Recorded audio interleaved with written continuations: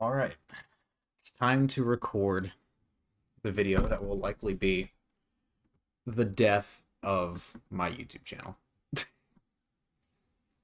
Oh, and of course, I immediately smack this and mess it up. So, as you can see, I have a tier list of every single album, bass music album, that has come out this year. And I'm going to be ranking them. I have another window open just in case I need a quick refresher on anything because it's a lot of fucking music to remember. Couple of rules. There's no remix albums. No compilations. It has to be an album by an artist. Like it can't be like a label put out an album that's a bunch of different artists. It has to be from an artist. What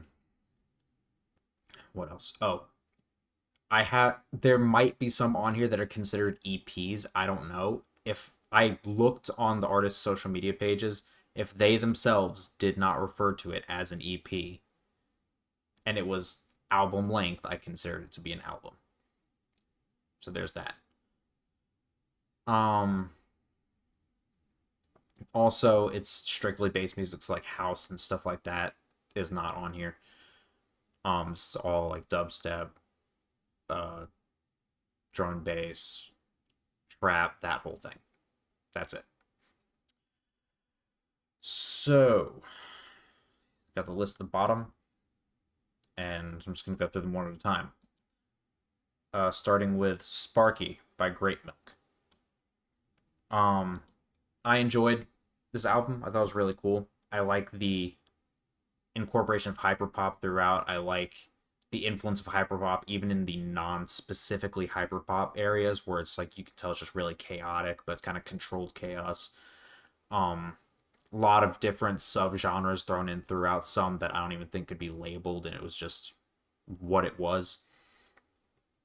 For the most part, I thought it was a really, really solid project. There was a track on there I wasn't a fan of. I'm on my other window right now to because I've looked at it like 3 times. I still cannot remember the name of this track. What the hell was it? Underdog Rage. That one was just kind of noise for noise to me. So that was like wasn't really a fan of that. But other than that, really, really solid project. That opener, Scum Broth, was blew my mind because I did not expect it to do that. I'm not super familiar with Grape Milk's music, so I was just like, what the hell am I listening to? So we're starting off putting Sparky by Grape Milk in A tier. Now we move on to Dyatic's The Third Kind. It's just kind of what I come to expect from Dyatic. Some really solid flows. Just love the percussive nature of a lot of the drops. Towards the end, stuff like Scrape the Barrel and Panic Necklace really just blew my mind. Like it was, I was legitimately losing it listening to those tracks. After Image I already loved, to the Tracy collab I already loved. Dyatic and Butte Noise collabing and doing something that wasn't fully expected from them on that track was a nice surprise. I really cannot find much fault in this. The only thing I could really say is it's just kind of like maybe waited a little too long to go for something that was really different. But that's if I'm nitpicking. Like it was really a fantastic album. So for that reason, oh, I forgot about my second rule, which is that, or not second rule, I'm an idiot, but another rule that I forgot to mention was that I will be putting these in order in each tier. So for The Third Kind, I'm putting it in A, but I'm putting it just behind Sparky. Just barely. Just because this Sparky kind of really had just that holy shit factor from the get-go and then just kind of kept building on that. Dyatic started out really, really solid, didn't get to the super mind-blowing shit until towards the end. So still phenomenal project, but I'm going to put it behind Sparky. Then we move on to Mechanomorph by Mr. Bill. I honestly went into this not really having super high hopes, just because the bit of stuff that I have heard from Mr. Bill felt just like experimentation for the sake of experimentation. Like it didn't really feel that cohesive. It wasn't very interesting. Then there was like those remixes that he did on the simulation DLC that I was just like, I don't really care. But this was, I think, the longest album that came out this year, and it was not boring at any point. It was really impressive. The Joe B collab, did not see that coming at all. The collab itself and the actual content of the song, I did not see coming. Two Zebler and Canty Experience collabs back to back, and they were both fantastic. Vibe at the end, that kind of Latin flair to it was really cool. Just a lot of really interesting collabs on here that I did not expect, but really worked well. This is, once again, like, it's going in A, but I'm gonna have to put it just behind the Third Kind. It's because it was a lot of kind of going up and down as far as enjoyment. I enjoyed everything on it, but it was kind of like, oh, this is awesome, oh, this is awesome, this is cool, oh, this is awesome. Like, it was just really back and forth. Whereas Dyatics, I felt, at least had a consistent ramp up. But that, again, going back to the nitpicking, like, it's just, there's really not a lot negative I can say about this project. On the other hand, we go to Garden of Eyes by Ghost Data. Now, I wasn't super familiar with this artist, but I saw there's a collab with Emir on here. I think that's how you pronounce it, Emir. So I was interested to check it out. And honestly, I don't know, man. It a lot of it felt really dated. I know there's like some artists who go for that kind of throwback style, but this felt just like there was no incorporation of modern elements really, so it just kind of felt like all really old. A lot of the off drop sections were super quiet, especially in comparison to the drops that happened. A lot of electro house and stuff like that, which is cool, but like a whole 17 tracks of that broken up with a couple of other subgenres here and there. It's just, it kind of read to me as like a camellia kind of thing, and I can't really do that. So I honestly did not find myself really grabbed by anything. So I'm gonna have to drop that at D. Oh, Stealing Fire by Virtual Riot. This is the first of many where I am about to lose subscribers. Let's pull up this track list. Yeah. This one,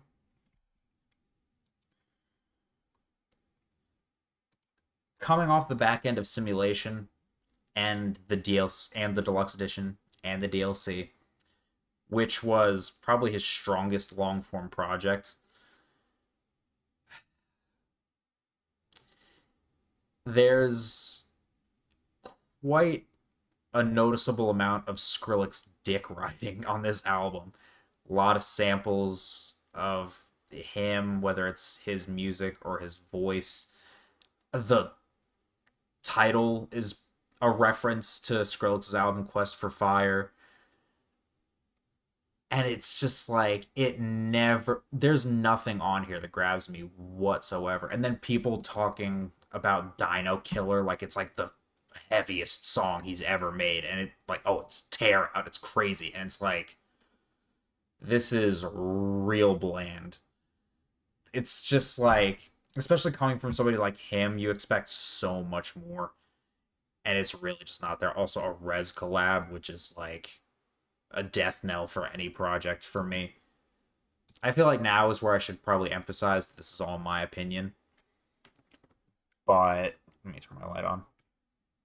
For me and my taste, this is going at the bottom of D, and it's staying there.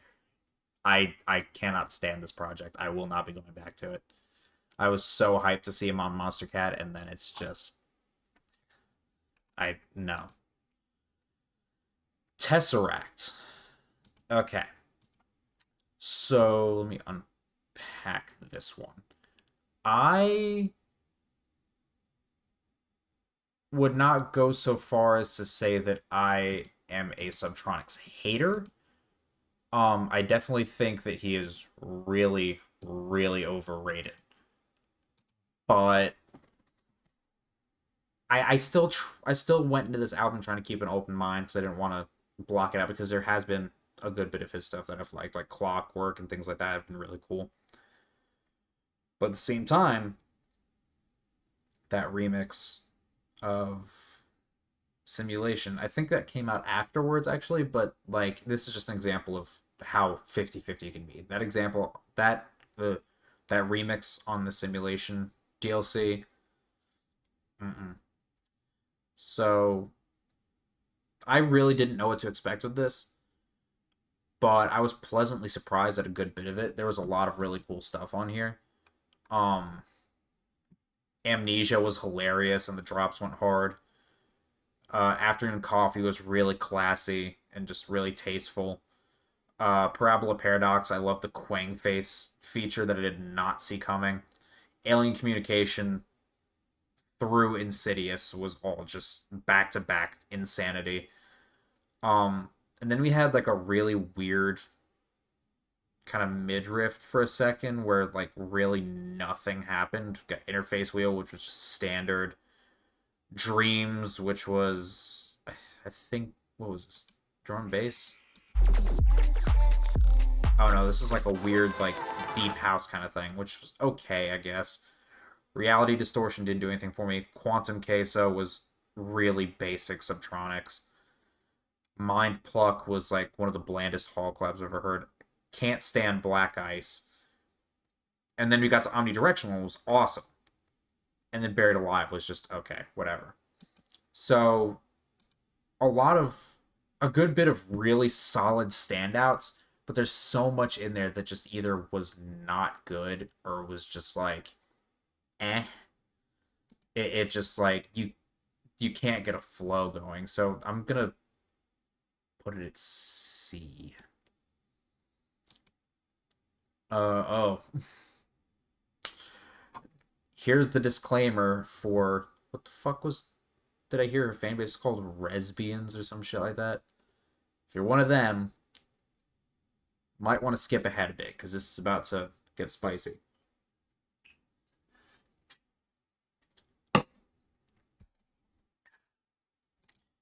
I cannot stand REZZ's music. I just can't. When she first came out, and I was back in like grade school still. When she first came out and like that whole new beat sound was just coming out, I thought it was really cool.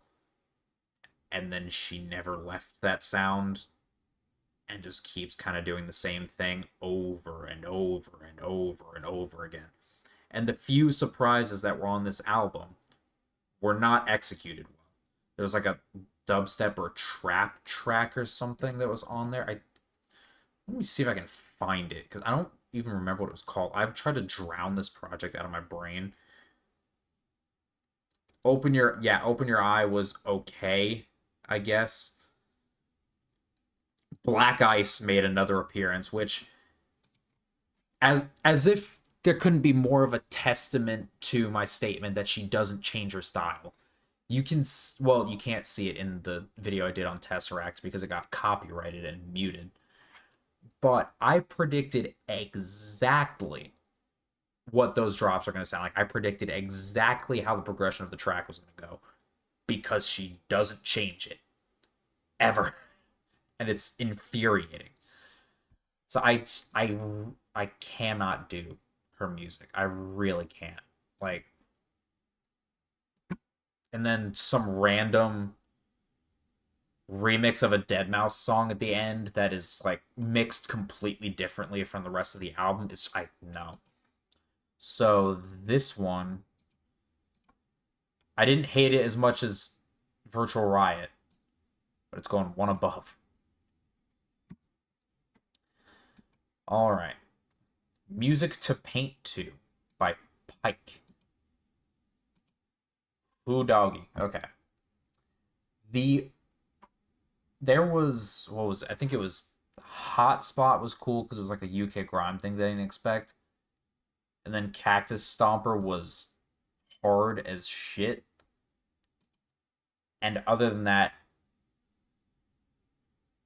just standard rhythm, really cookie cutter, nothing special. Kept repeating without changing up. And there's really nothing I can say about this album. Like it's going above Ghost Data, but like it's staying in D. And we've reached the second moment where my subscriber count is about to plummet. Weight of the World by Syzy.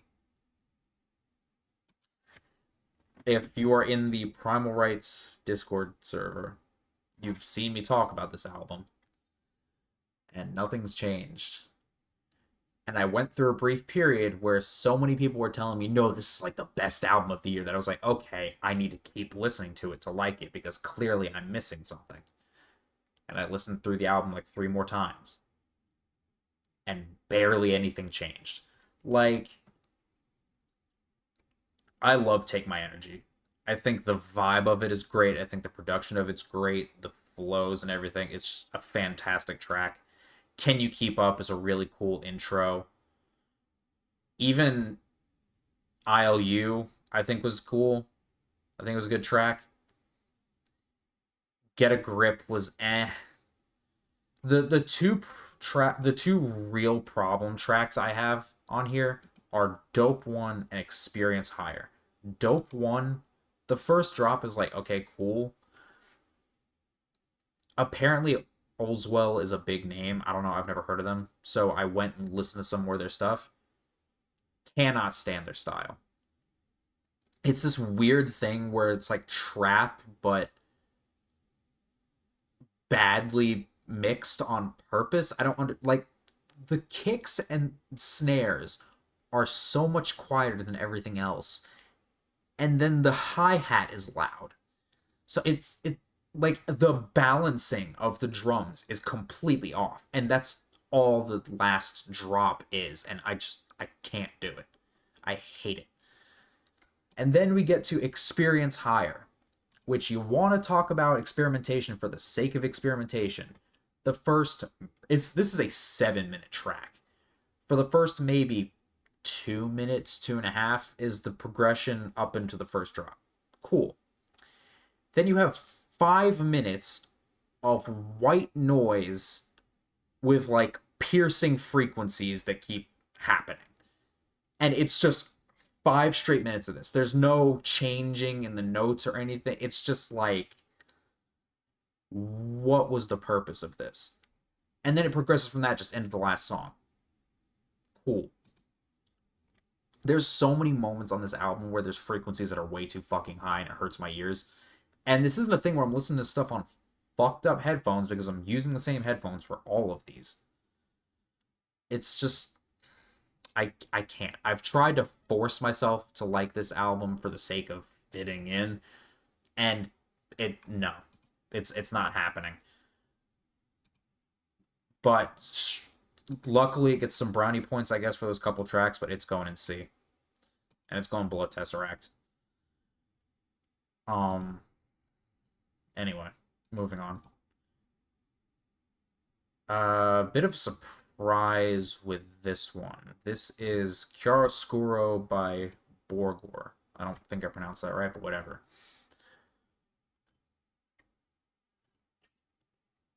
I made a video on this one. This is actually the first video that I edited, which my ADHD despises. A lot of really cool tracks on this one. I still regularly listen to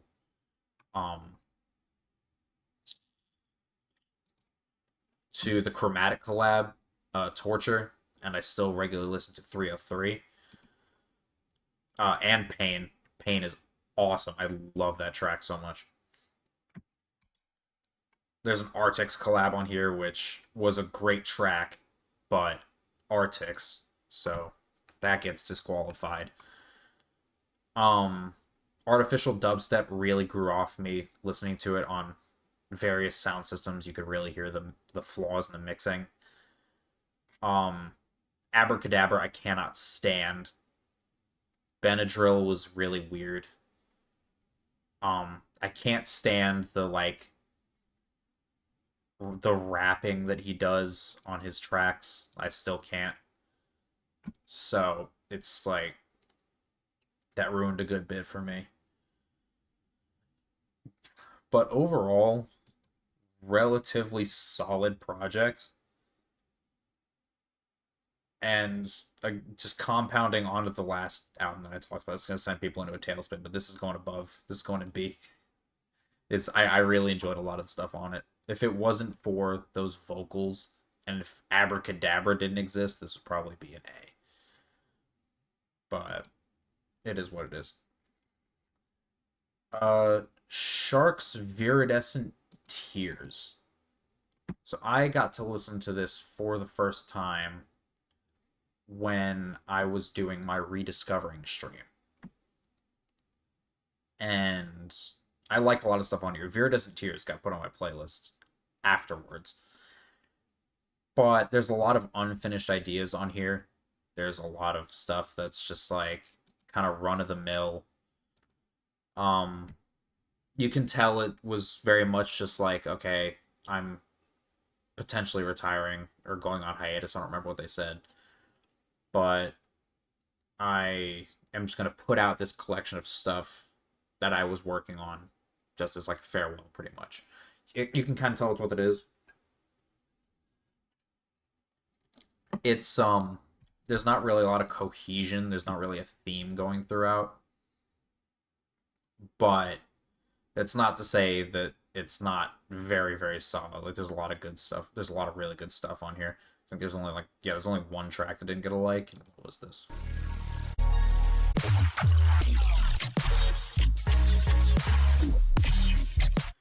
I mean, even that one, I'm actually going to go back and like that one. Flashbacks was still pretty solid. But, yeah, I mean, just because of that, there's a good bit of stuff that was good, but it was like, it didn't really grab me. So I'm going to put it at B. I'm going to put it above the Borgore album. All right. Now we get to talk about something real good. Daeya. Daedalus Project, Era Reversal. This fucking album. I knew fucking DDD was still in there somewhere. I knew it. Holy shit. This album kicks so much ass, it's unreal. A lot of really weird stuff going on throughout, whether it's the off-drop sections or the actual drops themselves. Tragedy Circle has like a weird, like, kind of fairy tale aspect to it, but still really heavy. Drowned in Shame borderline sounds like in a Moon's track or something. Vengeance Fixation was a wild way to cap it off. Like some super slow, sludgy, just like heavy track, and then a random hardcore, like rawcore drop at the end. But my favorite track on this album, and it's really not close because it's just so badass sounding, is Scorching Heart. It just, the like alarm sounds that come in the background behind the main bass and the drop, the flow of those guns, just the flow of it overall, and just kind of like the marching kind of feel to it is so fucking cool. I love this track. I listen anytime this thing comes up on my playlist and shuffle. I'll be skipping. The second this comes up, I'm like, nope, don't touch. Let it ride. It is a phenomenal album. I really do not have much negative to say about it. Like, honestly, everyone showed out for this. Achios, Neonix, who I'm usually not a fan of, showed out. Digitus showed out. Moly, like, top to bottom, fantastic. So we have our first S tier. It's not even a question. That is one of my top albums of the year. All right. I'm doing stupid things. Hang on. Okay. I saw The Screen Bleed by AVANCE. Now, I made a video on this one as well. Going into it, I thought this was going to be my album of the year.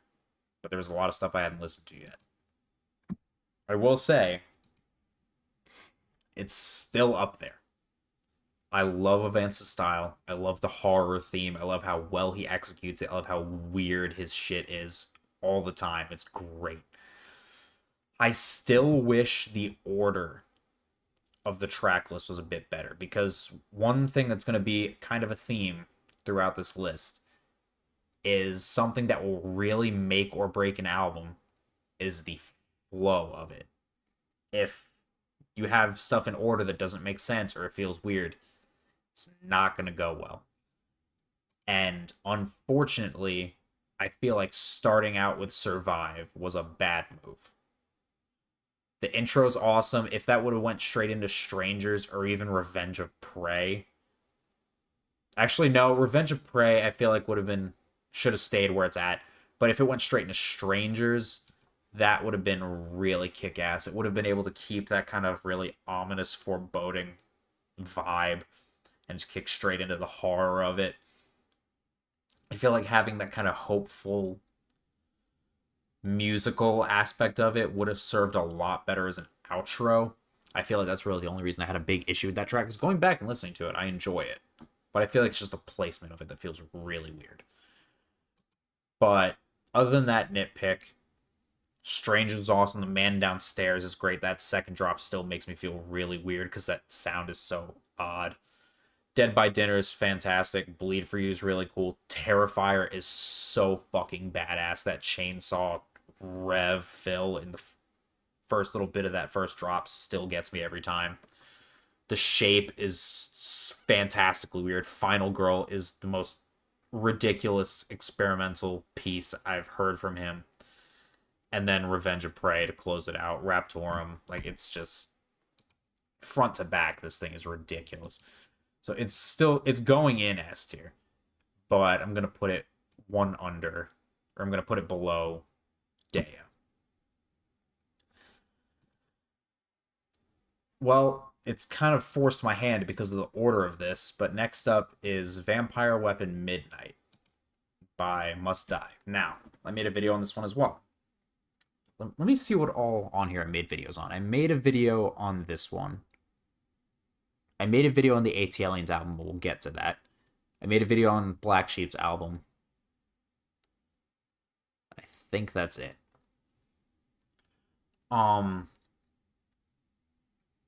Going into this, I was nervous because Crisis Vision was awesome. I have the CD of it, the deluxe version with the remixes as well. Feral Fantasy was okay, but it was, I don't really go back to it that much. And then I really did not like Vampire Weapon Crimson. So going into this, I was real worried it was going to stay on that downswing. And boy, was I fucking wrong. This kicks so much ass. There's so much shit on here I should not fucking like at all. And I love it. It's just like, I can't listen to it super regularly, but when it does come on, I'm just like, ah. Like, it just gets me amped up. It's so good.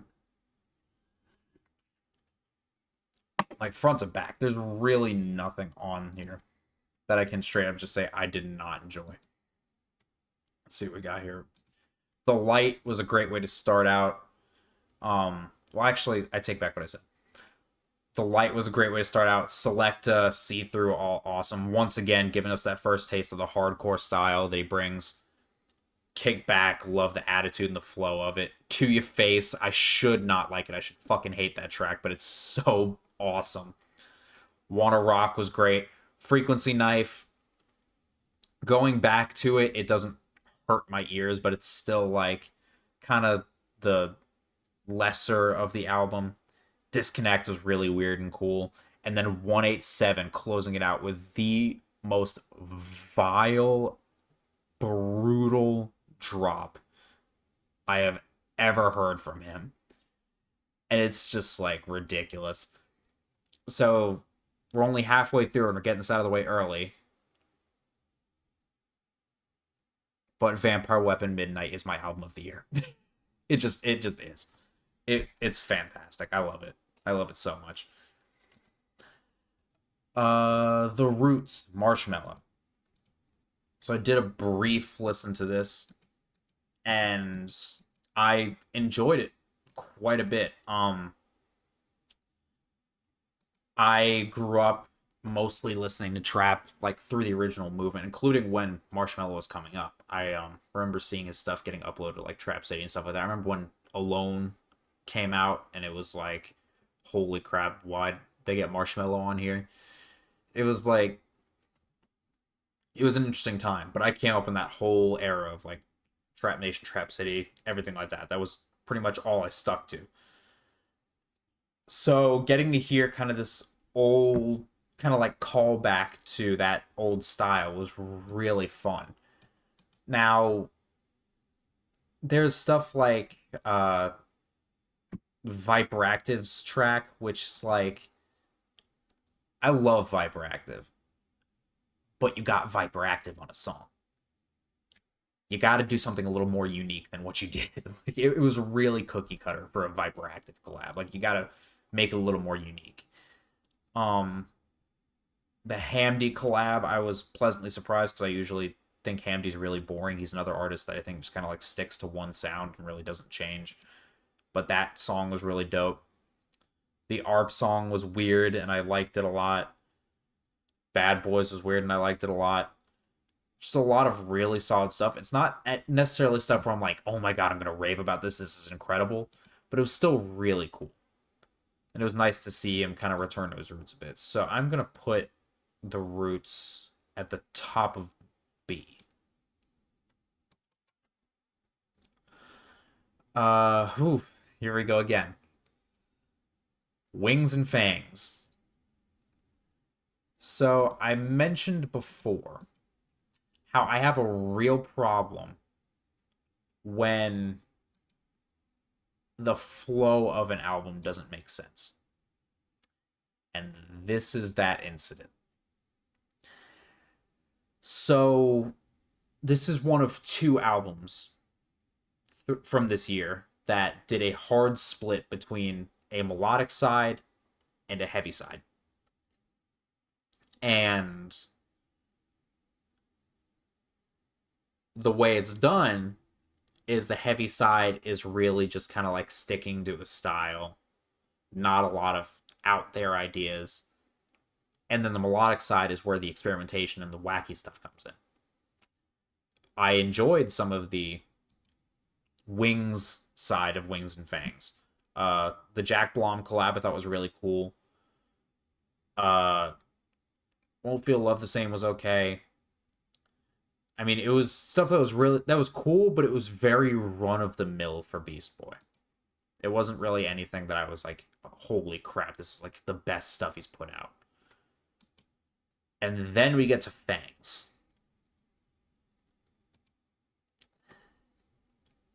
The concluding thought you leave your audience with should not be, oh, we're ending on the usual. Or, oh, we ended on something that was not great. That's what he did. Nothing on here, on this side of the album, was revolutionary or even his best dubstep work in general. I like Whiplash. The Shrike collab I thought was really cool. But then we have things like Scream for Me, whereas that telephone sustain as the main sound, and I can't stand it. We have What You Know About This, which is just square 4 for some reason. You have like one of the most innovative experimental like rhythm artists in the game, and he's making regular old square 4. And then Double Dutch, which I was like, oh, that's a badass title. This has to be something crazy. And then it's just quarter note, no crazy flow or anything, and it's just like, what a waste of that title. Like, really. Other than like Blood to Ashes with an XAE collab, like, and then Weapon X, like, he tried to end it on drum and bass, and it just like, the mixing does not, his mix style does not mesh with drum and bass. It really doesn't. And like Front Seat sounded like it was gonna be so badass, and it was like a great introduction to this heavy half, and then the drop hits, and it's literally the most basic Beast Boy drop you've ever heard. But this was such a letdown. I actually, this and Weight of the World, I recorded videos of them and I deleted them because halfway through I was just like, I can't. Like, I'm feeling nothing. So because I enjoyed more of this than I did of Weight of the World, I'm going to put it above Weight of the World, but by 1 slot. Because I just, no. Moving on to more positive things, we have MYTHM, Mind of Madness. Now, I normally do not like deep dub or wook bass, whatever, stuff like that. I really don't like that style. For whatever reason, this variant of it, like Zerglin does kind of a similar style to it, really just phenomenal stuff, really hits the spot. There's some wild shit on here. I clicked the wrong thing. There's some wild shit on this. Let me pull up this track list real quick. So let's see. Damage was a good opener. Grim, really dark trap. Nice way to kind of keep going with that kind of vibe. Kind of showcase that you can either go as minimal as possible or kind of flesh out a bit more. Switchblade has some of the grossest sounds I've ever heard, especially for a deep dub track. Doom, really menacing, kind of almost orchestral feel to it. Takedowns, awesome. A lot of the vocal work in this is really cool. The only one I have a slight problem with is Death Wish, just because Slowy's voice kind of sounds Pirates of the Caribbean-y. Like, it's kind of piratey for some reason. But that's, like, I still enjoy the track. I still enjoy when it comes on. I enjoy listening to it.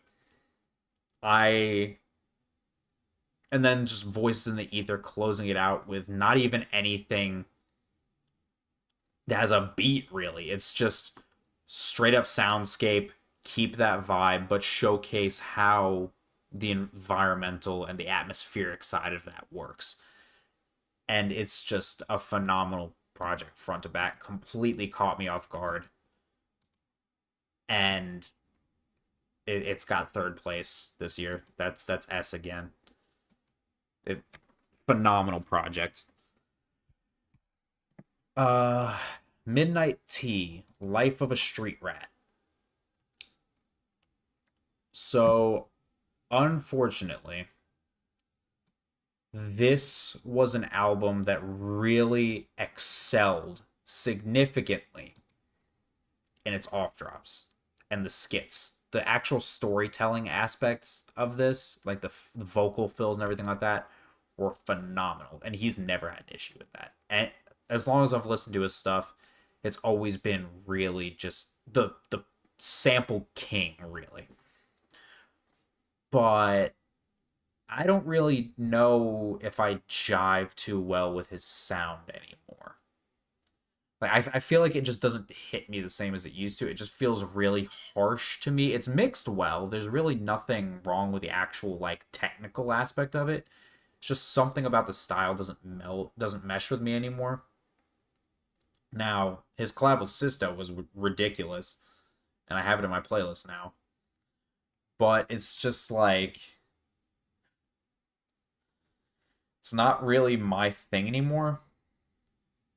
So, I don't know. I can't put it low at all because the stuff around the drops is too good. So, it's going B. I'm putting it in B.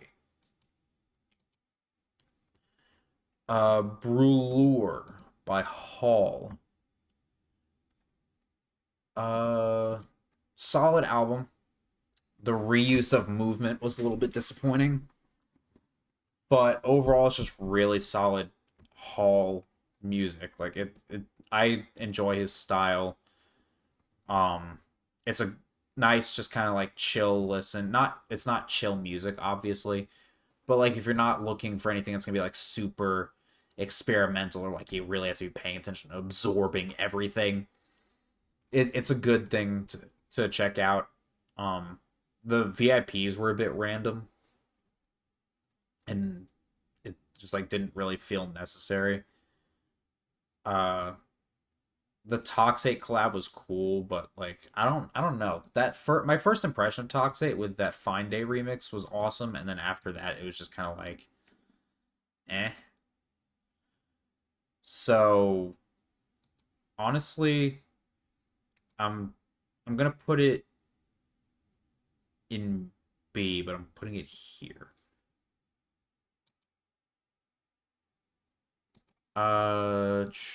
What is next? Ripple by Drink Your Water. Now, this is where my taste is really going to show because people make fun of me for being the guy who's into Britain or like the whole Subsidia style. Some of that stuff I do like. There's a good bit of it that I find really boring, but I enjoy some of it.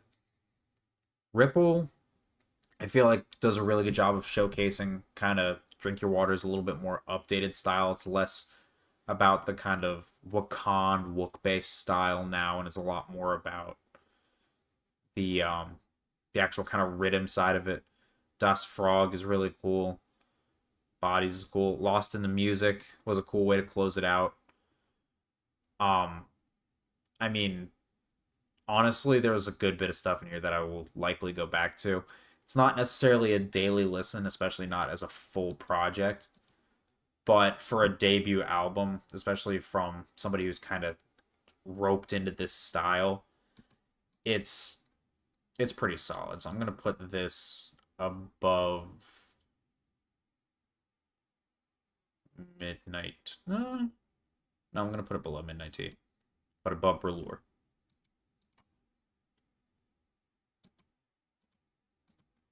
Okay, what's next?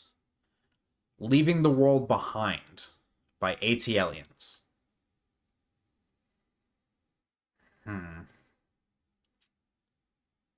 I recorded a video on this one, and I deleted it. I was so excited for this because I love their experimental, kind of like weird, creepy style.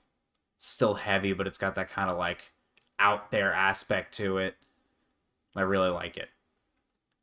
For whatever reason, they decided they were going to go for a more dark pop inspiration on most of this project. And for some reason, every single drop was like at maximum 16 bars. And the only one that wasn't was the Dion Timmer collab, which is the track that I like the least on the entire project. So, like, I don't know what the aim was here. Because, like, okay. I get that if you're putting out a debut album, EP, whatever, you want to flex your diversity a bit. You want to show, like, make your mark, like, okay, I'm here to stay. I get that. But to just so aggressively just shift off what you're known for and just completely different, like, it's not even a showcase of your style, really. Like, there's a little bit of it. Oh, it's outside. But, like, it's so just washed out for this new, like, experimentation or whatever this was. And it's just, like, I don't vibe with it at all. So this is going to go between REZZ and Virtual Riot. This is where I'm going to get some comments. And I don't care. Black Sheep. It takes going to hell to understand what heaven felt like.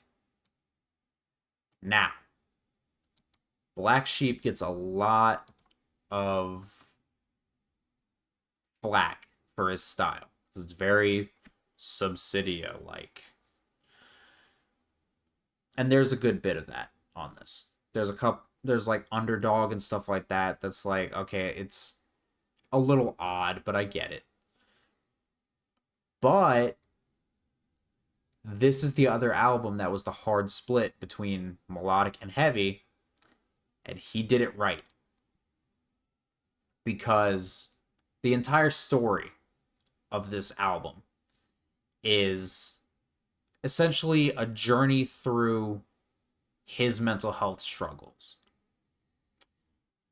And when you're telling a story like that, you can't end on an aggressive, angry, just all-out rage vibe. It just doesn't work.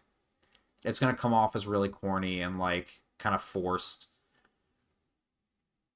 The first half of this is the anger side. And we get the heavy stuff on there. There's even a couple of tracks on there that were actually really, really cool. Feedback was awesome. What the Fuck was awesome. No Way Out was really cool. Survive was cool. So, like, it's not even like it was bad. But it's just like, you know, it's an acquired taste. I like it.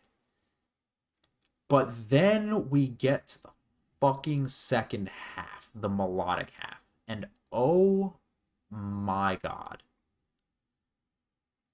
I'm a big sucker for emotional sounding electronic music. So when I was growing up listening to a bunch of trap, Heaven Trap was my go-to subcategory, my go-to subgenre. I loved it. Was the Love You Give remix by Nightmare was fantastic. Tides by CMRN was great. Things like that. I loved that stuff so much. And this motherfucker delivers that to a T in the second half. And this is where you get the emotional, struggling side of the story that he's trying to tell. And it's just done so well. The diversity, it's not all trap. There's some kind of like melodic or chill mid-tempo kind of tracks flowing throughout with a little more old school percussion, which I really like that choice. It's just done so well. And then that last track, Alone 999, where it's just straight up ambient, kind of orchestral. Beautiful way to close it out. Made me tear up a bit. And it's just, this is such a phenomenal project. I didn't even mention the fact that his techno and drum and bass is ridiculous. And considering that that's not his main subgenre, I think he needs to do more of that. So, all that being said, It Takes Going to Hell to Understand What Heaven Felt Like is going in S. Moving on to Looking Glass by Hi, I'm Ghost. I don't think I vibe with Hi, I'm Ghost style anymore. I really don't. It's a lot of, you know, metal fused in with like Britain, Tear Out, and things like that, which, you know, cool. There's a lot of artists doing that. But it doesn't necessarily bite anyone. It's just, it doesn't grab me. And I feel really bad saying that because hearing this last track, Dear Violet, and just understanding what the concept was, and hearing this like very emotional letter to his daughter, like it I hate saying that it's the best thing on the album, but to me it is. And I just feel so bad saying that, but I I genuinely cannot remember a single drop from this album. So I'm I have to put it at D, but I'm gonna put it at the top just because that outro was really moving. Uh, what else do we have? Okay, we're nearing the end.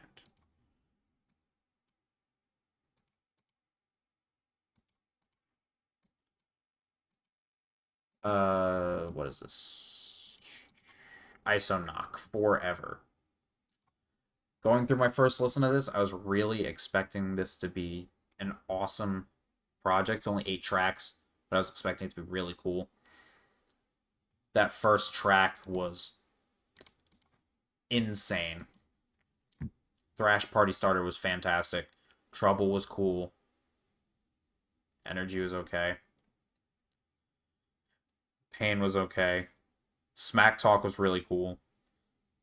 And then the last 3 tracks is just like nothing. Like it closed out super weak, and it just like lost so much steam at the end. But the stuff at the beginning was so cool, so it's like a dead half and half. It's really hard to say. Uh,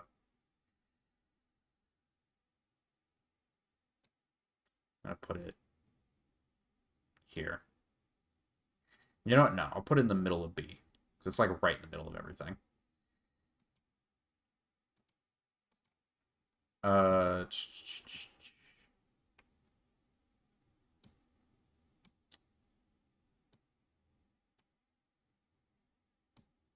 I'm gonna skip over Code Pandorums real quick, just because I'm actually gonna go through and kind of like skim back through. Because I don't really remember. I listened to it, but I don't remember anything really. But I only listened to it once. So I'm gonna go back through and kind of like try and check it out more. But How to Kill a God by HVDES. Now, I don't really listen to HVDES like that, so I didn't really know what to expect going into this. But wow. Incredible narrative. So much songwriting going into it, lyrically and just the actual instrumentation and production of everything.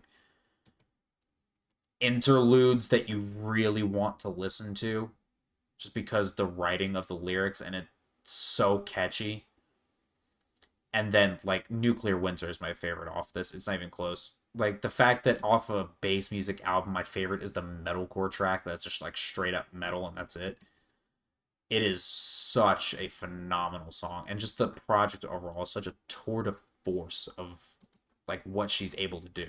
Like it's unreal. And like even the incorporation of the weird subgenres is so well done and so unique in how it's incorporated. So I have to put it in S. Like it'd be disrespectful to put it anywhere else. It's too good. All right, last 2, and then I'm gonna go and check out codes one more time to kind of get my ranking on it. RayJhin, Dawn of Nyushin. Very, very cool. Not necessarily anything that's gonna be like crazy jamming, but just the incorporation of a lot of those like traditional Asian instruments and everything. It's woven throughout entirely, like in the drops and the off drops. It's done really well. Demon Soul and Deadly Flourish are very, very good examples of that. It's just like very, very artsy, but really cool. Kind of suffers from the same thing of finishing off a bit weak, but you can't fault it that much for it. I'm gonna put it right behind the roots. Dirtyphonics, Magnetic. I like pretty much everything on here. Nice distribution of dubstep, drum and bass, hard dance, just pretty much everything that Dirtyphonics is known for. Kind of straying away from their initial ventures in Monster Cat, where it was just all dubstep and that was really it. They're kind of branching out into the other stuff that they're known for now. And I mean, I have no complaints about it. Moonlight Runners is really cool. You Want Me is a good way to kind of kick things off, as well as Panache. The boss fight collab is ridiculous. It's just like there's really nothing disappointing about it. It's not incredible, but it is super, super solid.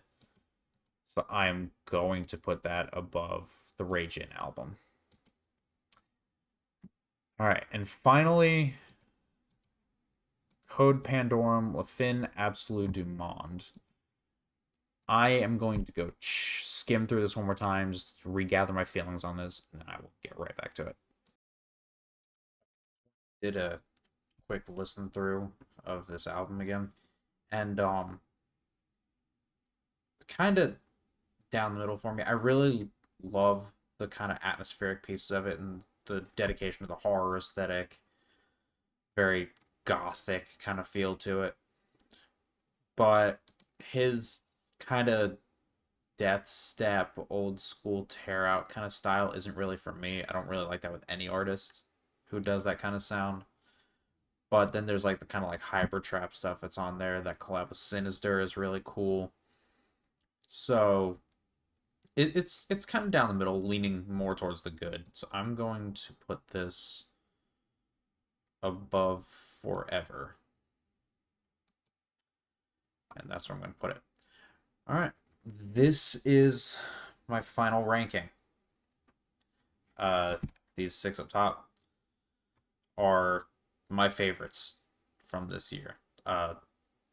Vampire Weapon Midnight by Must Die, Daedalus Project Error Reversal by Daeya, Mind of Madness by MYTHM, I Saw the Screen Bleed by AVANCE, How to Kill a God by HVDES, and It Takes Going to Hell to Understand What Heaven Felt Like by Black Sheep. Yeah. This was a pretty good year overall. Given the stuff that ranked pretty low, most of it had at least some redeeming stuff that I was interested in listening to. Pretty solid.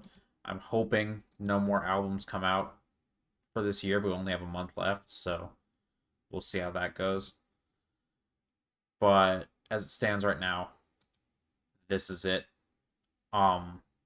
If there's anything else I should rank for the year, I guess I will if somebody lets me know. But it's as of right now, this is the only one I'm going to be doing. Yeah, that's it.